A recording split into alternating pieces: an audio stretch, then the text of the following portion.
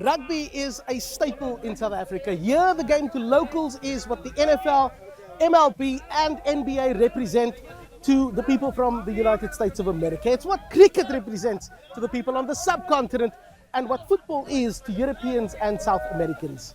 Here, rugby rules supreme. I'm Robin Adams in Cape Town, South Africa. In this special edition of Beyond the Game, we'll explore the game's complexities and its history in South Africa. We'll also have a look at grassroots development and the growing of the women's game.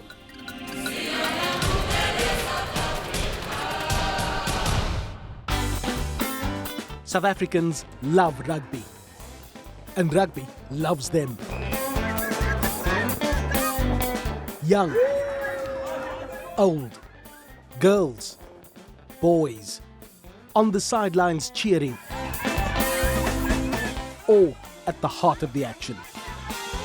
It would seem that when there's a rugby ball in the immediate vicinity, South Africans become other people entirely. Mesmerized, spellbound. The high-flying national team, the Springboks, have given junior players the belief that they too can represent their country on the international stage one day. Rugby is everything to me. It is my dream to play for the Springboks one day. Well, not everyone is 100% sold on the idea. I just want to also play for New Zealand because those women are tough. One thing is for sure though, in a country where people's daily struggles include erratic electricity blackouts, skyrocketing food costs and high unemployment, rugby does seem to be playing its part in uniting the nation. Rugby is enjoying a wave of success in South Africa. In fact, the country is still very much on a high after the Springboks' record 4th World Cup win. But it's over! It's over! It's a 4th Rugby World Cup for South Africa! With 3 William Webb Ellis trophies sitting pretty in the cabinet at SA Rugby headquarters, the latest acquisition was shown off to hundreds of thousands in major cities around the country.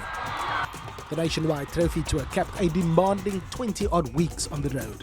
It's great to be back in Cape Town, obviously with our people, the welcome we've received. I'm just grateful for being part of this campaign and obviously this experience here. The Boks have been in high demand since their World Cup triumph in Paris. The excitement has just built and we are pretty much inundated. Requests are through the roof. The Springboks have also dominated news cycles around the globe. The Springboks have done it. The South African power game got them over the line once again. Mama Joy was here to take the trophy back home, South Africa. And reporters who have closely followed the team's journey over the years say their news value cannot be underscored. Sometimes they felt far and almost like they're untouchable just from a fan perspective, and now it feels like they are authentic and real, and you can touch the magic, you can feel the magic. They all have unique stories, and I think the basis of that has brought about a Springbok team that is global appeal, that everybody flocks to, wants to hear their stories. The Boks have also been very good for SA Rugby's coffers, posting record revenues of $80 million. Our professional teams are the cash cows of South African rugby. 90% of our revenue generated by participating in international events. The organisation has pledged to continue investing sizable sums of money in rugby development, a topic we'll explore in a lot more detail later in the programme. South Africa may be the darlings of world rugby right now, but things weren't always rosy. And to get a fuller picture of the struggle to get to the top, we have to go right back to the beginning. Rugby enjoyed a popularity boom in the late 1800s and early 1900s. South Africa also got a taste of the game, and pretty soon they were hooked. Another international rugby when the Springboks crossed the border and Scottish fans flocked to Murrayfield to watch their 15, unfamiliar in white shirts, give battle. But apartheid policies in the country at the time meant there was sports segregation. Black people were largely excluded from participating. In the 60s and 70s, there were worldwide calls to boycott the country's apartheid sports teams. The 1981 Springbok tour of New Zealand drew widespread protests there, which lasted for nearly 2 months. It was clear New Zealanders wanted the Springboks to stay home. I know you don't like talking about demonstrations and politics, but how much does that worry you? Well, of course, you know, it's a reality, and you have to take this in consideration. But from what I can gather, you're going there to play rugby and to make friends. Quite right. International isolation set in, and South Africa was banned from the first 2 Rugby World Cups in 1987 and 1991. The Boks were readmitted to international rugby in 1992. 3 years later, they won the World Cup on home soil. There was one black player in the Boks squad that triumphed over the All Blacks at Ellis Park on June 24th, 1995. His name was Chester Williams. For me, it meant a lot because I'm representing my country, as I said to you. Being the only coloured as well there, helping my community to tell them that they must believe that they can also get into the Springbok side, no matter the skin of the colour.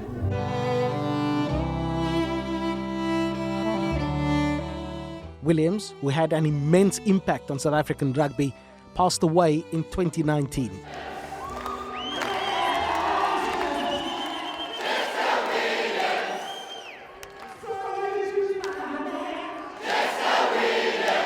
He is credited with paving the way for so many other players of colour to realise their dream of becoming Springboks. Players like Eddie Andrews, a Springbok front rower from 2004 to 2007.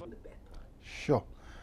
A Mitchells Plain Boetjie, standing there in Bloemfontein, representing your country, play against Ireland, and realising, Robin, that I'm not just representing myself, but I'm representing the hopes and the aspirations of many people that look like me and that come from communities where I've come from. And that's why people often ask me, why did I cry? I cried because of that, realizing that this moment right here, it's a lot more than representing my country, but also what the benefits and the paradigm shifts that it can be realized in those communities across the country. Winger Brayton Paulse also credits Williams with blazing a trail for players of colour. An icon like Chester certainly kept me going. Paulse says his foray into the national setup was a baptism of fire. In the first year, especially when we went overseas, it was all about, when I had to face the media, they will ask me, Brady, what's going on in your country, about, the politics, what's going on with sports people. And that's the stuff that, obviously, at the time, black and coloured players had to deal with, unfortunately. But I knew it was also important. The one at Manchester, we were lying in bed and we were talking about life. I said to him, I'm now at crossroads, do I carry on because it's not becoming nice to be a Springbok, it's becoming difficult because of the political connotation that's with it. I didn't sign up for that, And Jesse said to me, Brights, we're not doing this now for us. We're doing it for the next generation to follow. There were good times in South African rugby and there were bad times. Brayton Paulse was there for both. Erasmus, Paulse throws a move, he's over for a hat-trick. Brayton Paulse, hat-trick on debut, and isn't that marvellous to watch? Including one of the darkest days in the nation's sporting history. Kamp Staldraad in 2003. Translated, it means Camp Steel Wire, or more to the point, barbed wire. It was the military-style training camp for Springbok players that plunged South African rugby into crisis. Staldraad was an extreme survival camp, shrouded in allegations of psychological torture and even reports of live ammunition used by the camp masters, who were special forces operatives. There was a lot of bad blood, players weren't happy, and it was just a failure over here in my Springbok career. It was something that it was so old school, for me. Obviously today we can laugh about it, where it's almost like a guy in the army, who's like a general, and he just give out orders, and you just have to follow it. No, it doesn't matter if you're now gonna stumble or you're gonna even die if you like. You just gotta do it, otherwise you're out of there. South Africa's 2003 Rugby World Cup campaign ended in failure, a quarter-final exit at the hands of New Zealand. for all of SA Rugby's success afterwards, the Kamstaldra debacle left a long-lasting stain on its legacy. Grassroots development has long been a buzzword in South African rugby circles, but the issue is a lot more complex. For starters, it is about the haves and the have-nots. The haves have the advantage of pristine pitches, top-class facilities and equipment. The have-nots can barely get players to their training sessions because those players don't have taxi or bus fare to get there. This is Langa, home to the Western Cape's oldest rugby club, Busy Bee. The township team is 101 years old. Club director Alfred Msutu Kewana cuts a lonely figure at the training ground on the day of filming. Not a single player has pitched for training. He says they simply could not afford to come, and that's not the club's only challenge.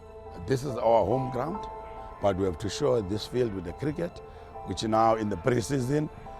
Recently we've been playing the Sevens tournament, so the boys got nowhere to practice. The pitch looks like it's seen better days. But Kewana says it doesn't dampen the enthusiasm and passion of those associated with Busy Bee. The club has delivered some well-known Springbok players. Later in the years, when I came in, we got also Jongi Nokwe, the guy that got a history of scoring 4 tries in one game against Australia. And then there was a World Cup of women in France, where we got our Springbok, our first Springbok as a woman on the women's side, which is Abanele Makwezela. She played 13 and she played very well. I'm proud of her. About 25 kilometers away, you'll find Collegians Rugby Club in Mitchell's Plain, another classic example of the have-nots.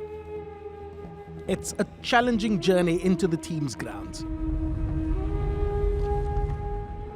Here, criminals have left their mark in more ways than one. They've stolen nearly everything, even the perimeter fencing and stadium lights. Club president Shamila Sulaiman tells TRT World that they've not played a home game in over 3 years. We've had vandalism from within the area. We've also had negligence from the city of Cape Town, unfortunately, in terms of the upkeep of the facility. We've been tenants here for decades. The club is 48 years old. We're quite high up in the echelons of Western Province Rugby in terms of performance for a community club, and might I add, from a sub-economic area at that.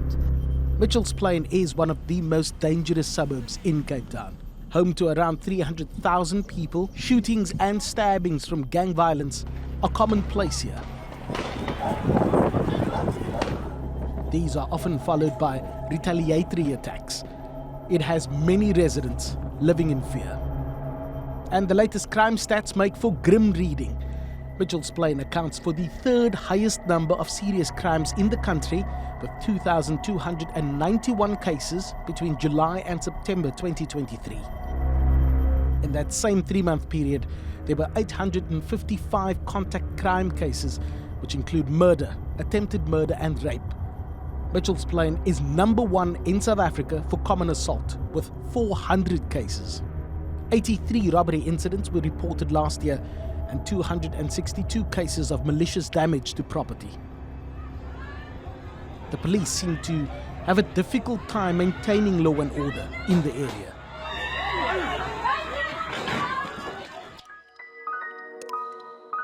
Amidst the ever-present danger, Collegians aims to be a safe haven for the nearly 400 players and management staff affiliated with the club. Everybody who is at the club is here for the badge, for the colours, for the evergreen legacy of the club. But every year, in spite of all the difficulties and the challenges that we face, our numbers increase every year. Who are we? Who are we? Sulaiman says the local council has promised to pump $600,000 into restoring Collegians' grounds to its former glory. There can be no doubt about the importance community clubs like Collegians and Busy Bee play in the country's rugby ecosystem and the local competitions in which they participate.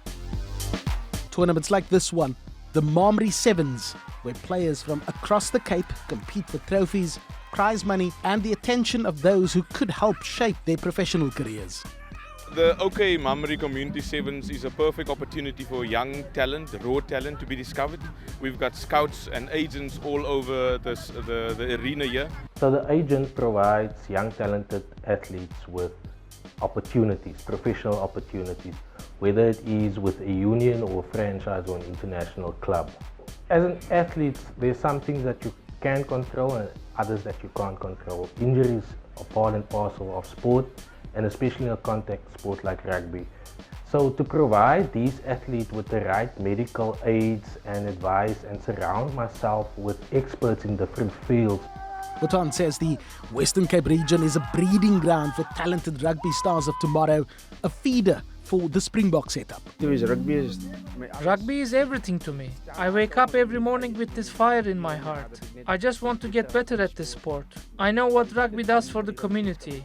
It makes it better, and in everyone's lives too. It really means so much to me.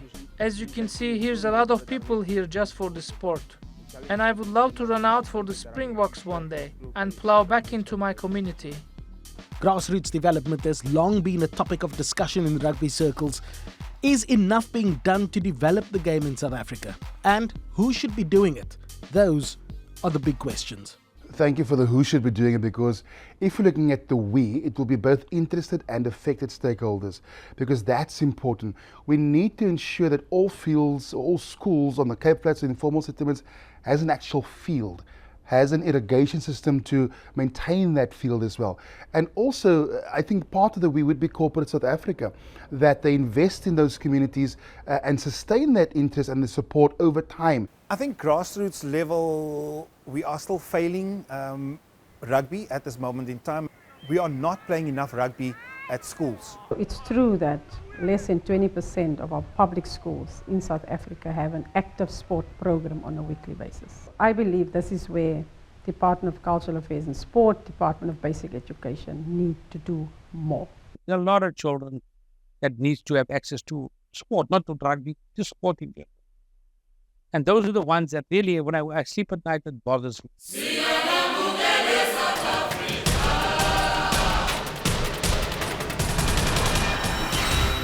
There's been increased interest in women's rugby in South Africa, especially since the women's sevens team qualified for the Paris 2024 Olympic Games. But those in the know say a lot more needs to be done to promote and grow the game in the country. The excitement around women's rugby in South Africa is palpable. It's on the faces of players, coaching staff and fans. And on the right. And you can hear it in the voices of the matchday commentators. This is Test match rugby, this is women's rugby, this is history. The 7s and 15s game in South Africa is enjoying a boom, with more competition scheduled and more international assignments on the cards for the Springbok women's teams. Young players say they're inspired. I enjoy rugby. I have been playing for 2 years now. It is my dream to play for the Springboks one day, and I hope it will come true. I will do my best. What about you? Rugby is a sport that I enjoy. When I'm at the field, I get my mindset right. I am always training, and my dream is to become a junior Springbok player.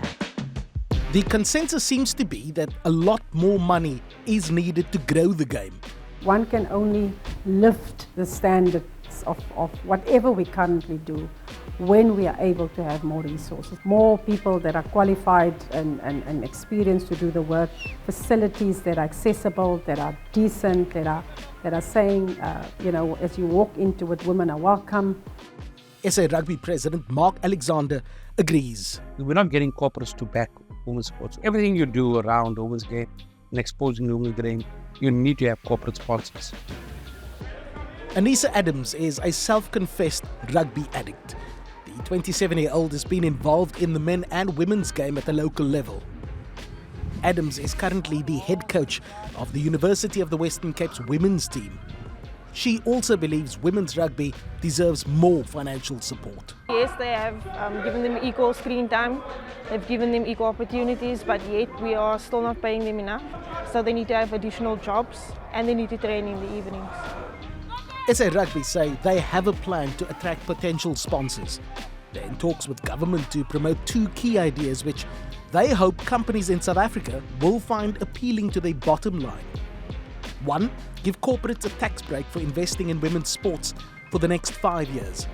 Two, classify women's sport as a corporate and social investment responsibility, or CSI. So we can broaden the base quickly, but also give the exposure very quickly by companies who sponsor. But they will need the buy-in from National Treasury. More exposure, more money. More money, more rugby programs. Something women's rugby coach Danver August believes would benefit at-risk youth. You see, at the moment, for me, it feels like we don't have a lot of mentors when it comes to women rugby. And then also, when women playing rugby, you create an environment whereby girls are feeling safe. The hope is, with the right backing, these youngsters could become future big-name stars.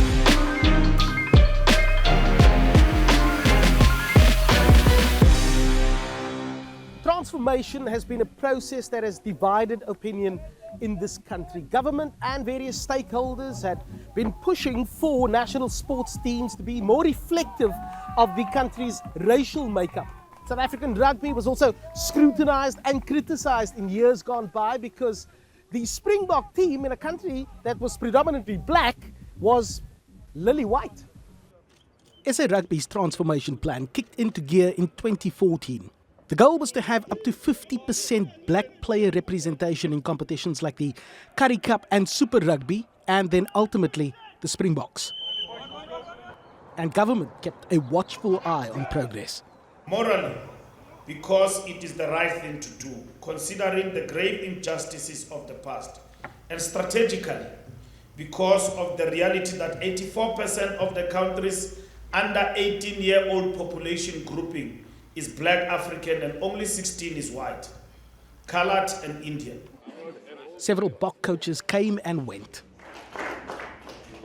They struggled to get the requisite number of black players, at least 7, into their starting lineups.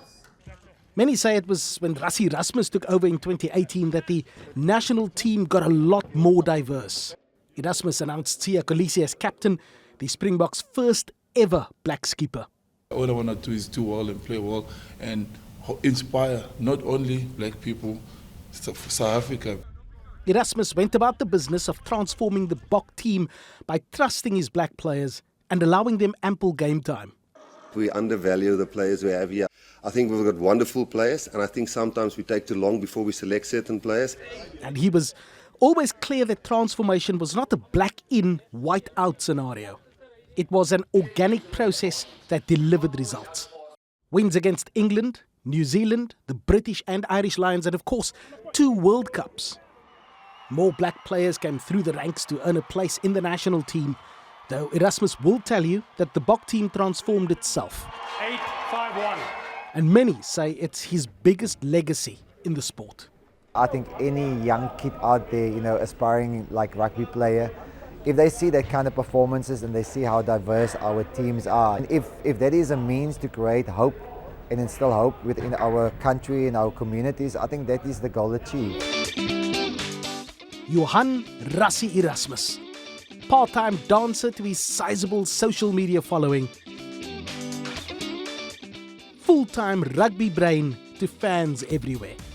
At this time, I'm so in love with this country and the way we do things and the way they support the Springboks that I can't think of a nicer job to have with all the pressure and all the other stuff. Many will say if Rassie's at the wheel, the game in South Africa is in good hands.